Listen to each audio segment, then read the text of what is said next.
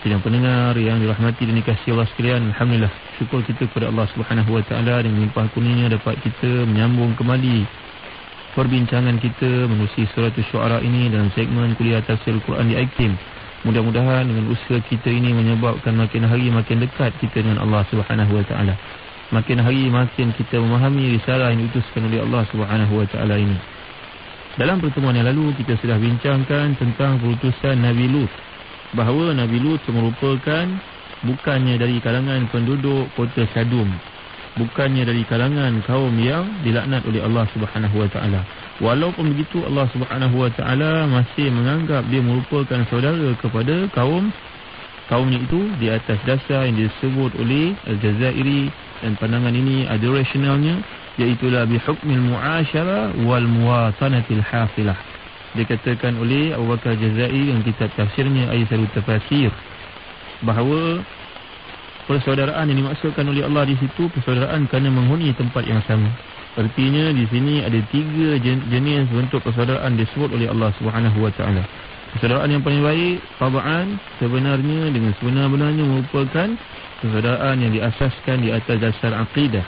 Persaudaraan di antara Nabi Musa dengan Harun yang pernah kita baca sebelum ini, doa Nabi Musa untuk abangnya Harun agar dilantik oleh Allah untuk menjadi rasul sama-sama dengannya. Wa akhi Harun huwa afsahu minni lisanan fa arsil ma'iya rid'a yusaddiquni. Disebut oleh Allah Subhanahu Wa Taala, ini saudaraku, abangku Harun, jadikanlah dia merupakan seorang rasul juga bersama-sama denganku, agar dia membantu aku dan lidahnya lancar dan sebagainya. Yang kedua disebut sebagai al-ukhuwah min haitsuddin. Ukhuwah kerana disebabkan oleh agama, kerana akidah yang sama. Dan yang ketiga al-ukhuwah min haitsu min jiha al-muwatanah, kerana persamaan dari sudut tempat tinggal. Dan ini yang merujuk kepada kisah Nabi Lut dalam ayat yang sudah kita bacakan sebelum ini, ayat ke-161. Maka insya-Allah dalam pertemuan pada kali ini kita akan bincangkan lebih lanjut hakikat bala yang telah pun menimpa kaum Nabi Lut itu di tempat yang namanya, yang akhirnya dinamakan sebagai Laut Mati pada hari ini. Saya akan bacakan semula ayat-ayat dari 160 hingga seterusnya, dan kita lihat penjelasan yang dikemukakan oleh para ulama mufassirin. A'udzubillahi minasyaitonir rajim. Kadzabat qaum Lutin al-mursalin إذ قال لهم أخوهم لوط ألا تتقون إني لكم رسول أمين فاتقوا الله وأطيعون وما أسألكم عليه من أجر إن أجري إلا على رب العالمين أتأتون الذكران من العالمين وتذرون ما خلق لكم ربكم من أزواجكم بل أنتم قوم عادون قالوا لئن لم تنتهي يا لوط لتكونن من المخرجين قال إني لأعملكم من القالين رب نجني وأهلي مما يعملون فنجيناه وأهله أجمعين إلا عجوزا في الغابرين ثم دمرنا الآخرين وأمطرنا عليهم مطرا فساء مطر المنذرين إن في ذلك لآية وما كان أكثرهم مؤمنين وإن ربك لهو العزيز الرحيم. Maksudnya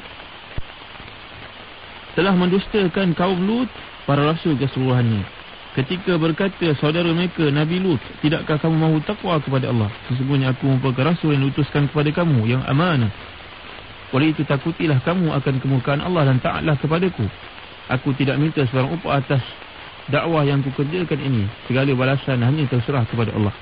Patutkah kamu melakukan hubungan jenis dengan lelaki dari kalangan manusia, dan kamu tinggalkan apa yang diciptakan oleh Tuhan kamu untuk kamu melakukan hubungan yang halal dengan isteri-isteri kamu?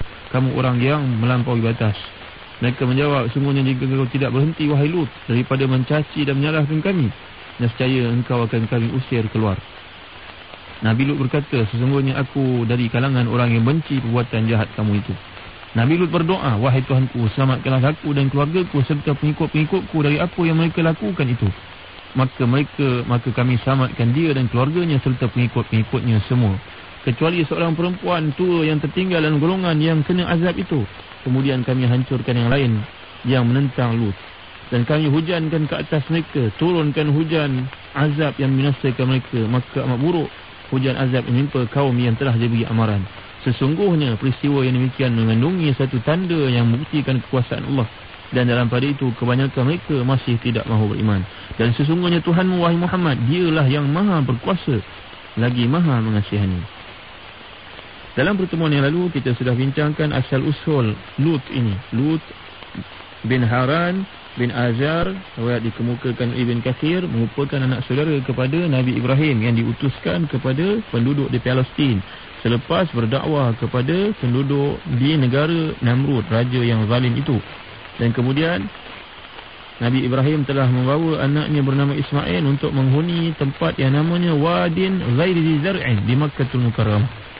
Dan Nabi Lut ini diutuskan pula di sempadan di antara Palestin dan Jordan pada hari ini. Dahulu negara ini dikenali sebagai Syam. Akhirnya bila mereka ingkar dalam ayat-ayat Allah Subhanahu Wa Taala itu yang telah kita bincangkan, mereka bukan sahaja mendatangi orang lelaki, mendatangi isteri di bahagian belakang dubur yang diharamkan itu, malahan mereka turut mendatangi haiwan. Dalam satu riwayat dikemukakan daripada Ibn Abbas, kata Al-Imam Al-Baydawi dalam tafsirnya Asrarut Anwarut Tanzil. Maka Allah Subhanahu Wa Taala telah pun menyuruh Nabi Lut untuk berdakwah kepada mereka. Nabi Lut telah pun berdakwah dengan gigih, dengan dedikasi, memaklumkan kepada mereka perbuatan itu menyebabkan mengundang azab daripada Allah Subhanahu Wa Taala. Lalu dikatakan dalam ayat ke-167, qalu la illam tantahi ya Lut la takunanna minal mukhrajin. Wahai Lut, kalau kamu tak berhenti daripada apa yang kamu lakukan ini, kami akan halau kamu keluar. Dikata oleh Al-Imam Asyuti dalam kitabnya Ad-Durrul Mansur, Al-Mukhrajin berkataan akhraja yukhriju, mukhrij. Mukhraj maknanya dikeluarkan. Dikeluarkan yang nampak kepada kita, dikeluarkan dalam keadaan begitu, tidak. Dikeluarkan dalam keadaan diseksa, dipukul, dizalimi, bahkan dipukul dengan seruk-seruknya, diazab sebelum dihalau keluar ke tempat lain. Kerana kecenderungan yang luar biasa ini, mereka sanggup menentang siapa sahaja yang cuba menghalang niat jahat mereka itu. Nanti dalam satu surah yang lain kita akan bincangkan bagaimana mereka ini ketika didatangi oleh malaikat untuk memberitahu akan turunnya azab, tiba-tiba golongan yang engkar ini terpikat melihat malaikat yang Allah utuskan itu, la ilaha illallah Muhammadur Rasulullah. Sampai malaikat datang beritahu pada Nabi Lut bahawa azab akan turun, dengan malaikat yang merupakan tetamu Nabi Lut ni pun mereka tertarik. Maka para pendengar yang dirahmati dan dikasihi Allah sekalian, sebenarnya kerana kejahatan yang ada dalam hati mereka yang telah mendarah daging itu menyebabkan mereka tidak boleh menerima lagi hakikat kebenaran, tertutup mata hati mereka.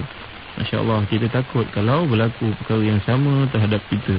Bila mata hati tertutup, menyebabkan perkara yang benar tidak lagi dipandang sebagai benar, perkara yang salah itu yang dipandang sebagai benar.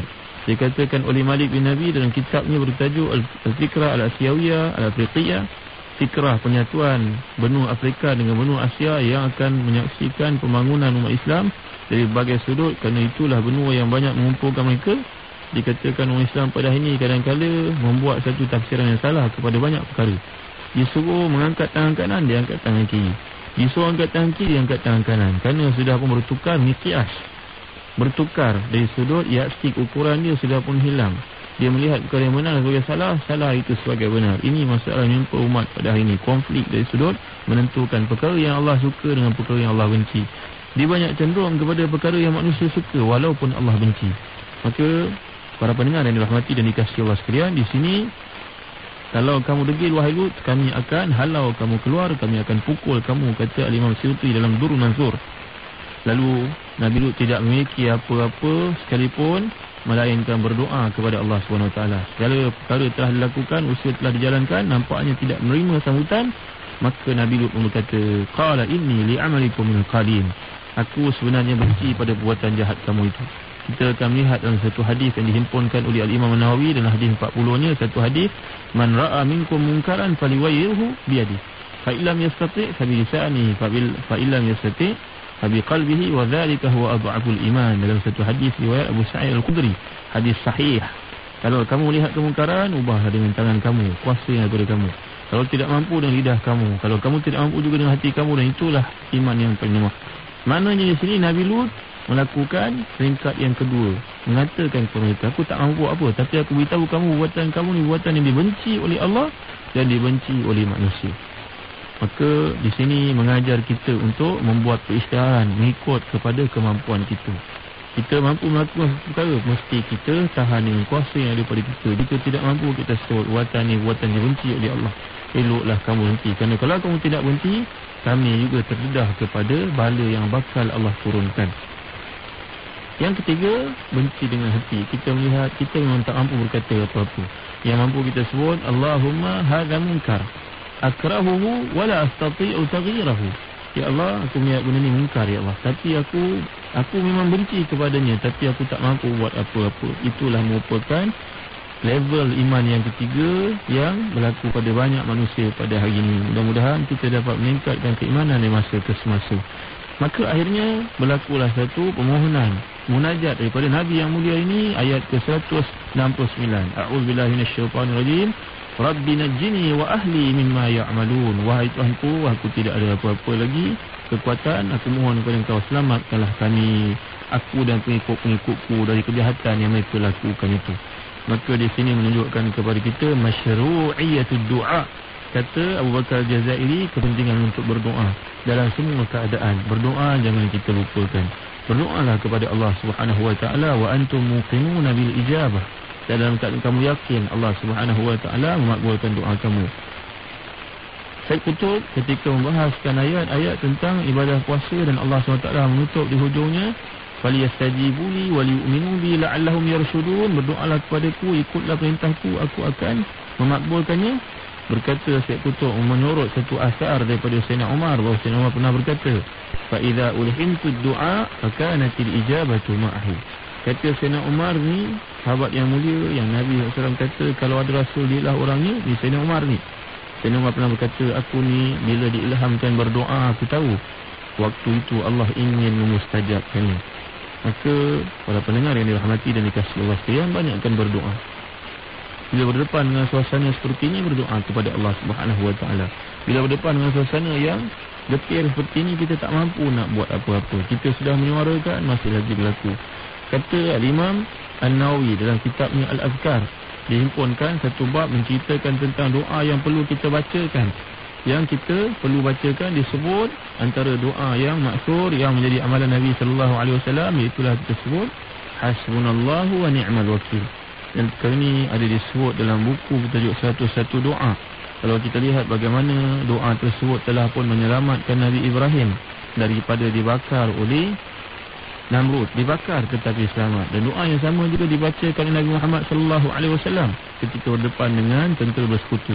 Dan doa yang sama juga pernah dibacakan oleh Al-Hasan Al-Basri ketika berdepan dengan raja yang paling zalim pada waktunya, pemimpin yang paling zalim pada waktunya, bernama Al-Hajjaj bin Yusuf Al-Thaqafi. Dan akhirnya Al-Hajjaj ini tidak berupaya untuk melakukan apa-apa kepadanya, sebaliknya bertukar menjadi kawan karibnya. Doa apa? Doa Hasbunallahu wa ni'mal wakil.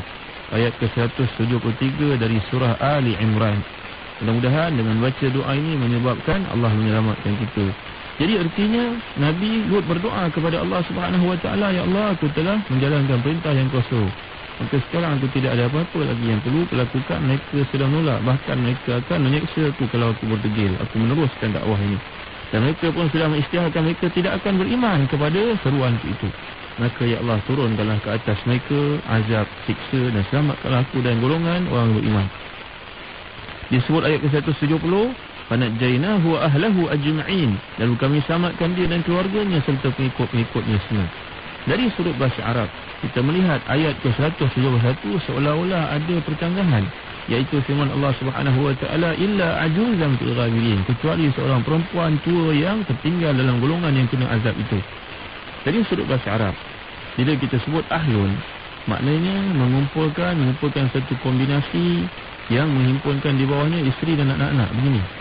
Dari sudut bahasa Arab, kalau kita bertanya kepada orang Arab, kaifa halu zawjatika, apa hal isteri kamu, bagaimana kabarnya? Bagi orang Arab ni satu keaiban, kita tak boleh tanya orang Arab isteri ni bagaimana. Kita tanya kamu macam mana, kalau kita tanya isteri macam mana, kita kata kaifa ahluk, bagaimana keluarga kamu. Kerana di sudut fiqh lughah disebut oleh As-Sa'alibi, ahlun merujuk kepada isteri dan anak-anak. Maka ayat Allah SWT di sini menceritakan bahawa kami selamatkan isteri dan anak-anaknya dan juga orang beriman keseluruhannya, kecuali isteri yang tua yang termasuk dari kalangan mereka yang kena azab. Wallahu alam. Dalam semua kitab tafsir tidak ada satu penjelasan yang terrinci kepada perkara ini.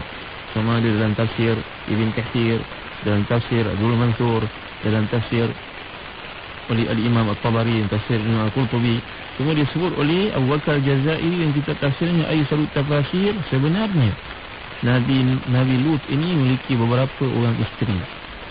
Salah seorang daripada isterinya itu ingkar dan tidak beriman kepada utusannya itu, walaupun lahirnya menampakkan keimanan. Artinya budaya nifak, hipokrit sudah menimpa. Artinya penyakit nifak ini sudah menimpa sebelum daripada kita, umat sebelum kita. Isteri Nabi Lut pun merupakan seorang munafiqah, seorang yang hipokrit terhadap utusan suaminya sendiri. Wal'iyazubillah. Langkah malangnya seorang isteri yang bersama-sama dengan suami yang semua keadaan tiba-tiba tidak masuk syurga, sebaliknya masuk neraka, diazab di dunia lagi, iaitu isteri Nabi Lut. Dikatakan oleh Abu Bakar Al-Jazairi, isteri-isterinya beriman, kecuali seorang yang tua, yang paling tua ini degil dan melakukan perbuatan-perbuatan bersama dengan menyokong perbuatan-perbuatan jahat, bahkan menyembunyikan perbuatan jahat itu dari pengetahuan suaminya. Akhirnya bila datang ketentuan Allah untuk diturunkan azab, maka isteri ini mengatakan kepada Lut, pergilah kamu, aku tidak mahu pergi bersama kamu, membuktikan bahawa memang sebenarnya dia merupakan seorang munafik. Para pendengar yang dirahmati dan dikasihi Allah sekalian, satu pelajaran penting kepada kita, sebab disebut oleh Allah Subhanahu wa taala, ya ayyuhallazina amanu qu anfusakum wa ahlikum nar. Jaga diri kamu dan anak isteri kamu daripada api neraka. Bimbang kalau daripada kalangan kita sendiri ada yang tidak entitled untuk bersama-sama dengan kita, kita mohon kepada Allah diselamatkan. InsyaAllah dalam pertemuan akan datang kita akan bincangkan lebih lanjut tentang azab yang telah berlaku ini, yang menyebabkan bumi di sudut fizikalnya, di sudut geografinya mengubah peta dunia dengan menyebab bertukarnya tempat tersebut menjadi satu tasik yang besar, dan tidak ada sebarang haiwan yang hidup padanya, dan tidak ada sebarang tanaman hidup padanya. Bila kita berkunjung ke Laut Mati ini, kita akan melihat dalam jarak beberapa kilometer, dalam beberapa jarak sebelum itu, beberapa kilometer, tidak ada sebarang haiwan, manusia, pokok-pokok yang tumbuh padanya, kerana bumi tersebut pernah dilaknat oleh Allah Subhanahu wa taala. Dan permukaannya juga menyaksikan terhimpunnya batu-batu dari dalam bumi, membuktikan kebenaran Allah bahawa malaikat pernah menyeluk tempat tersebut sebelum diterbalikkan, ditinggikan, sehingga disebut dalam satu asar bahawa kedengaran suara pertikan binatang-binatang yang turut duduk di tempat tersebut ketika berlakunya azab tersebut didengar oleh semua penduduk bumi, kerana diangkat oleh malaikat setinggi-tingginya sebelum diterbalikkan dan dihempap dengan batu-batu daripada neraka Allah Subhanahu wa taala. Wa sallallahu ala sayyidina Muhammad wa ala alihi wa sahbihi wa baraka wa sallam. Wassalamu alaikum warahmatullahi wabarakatuh.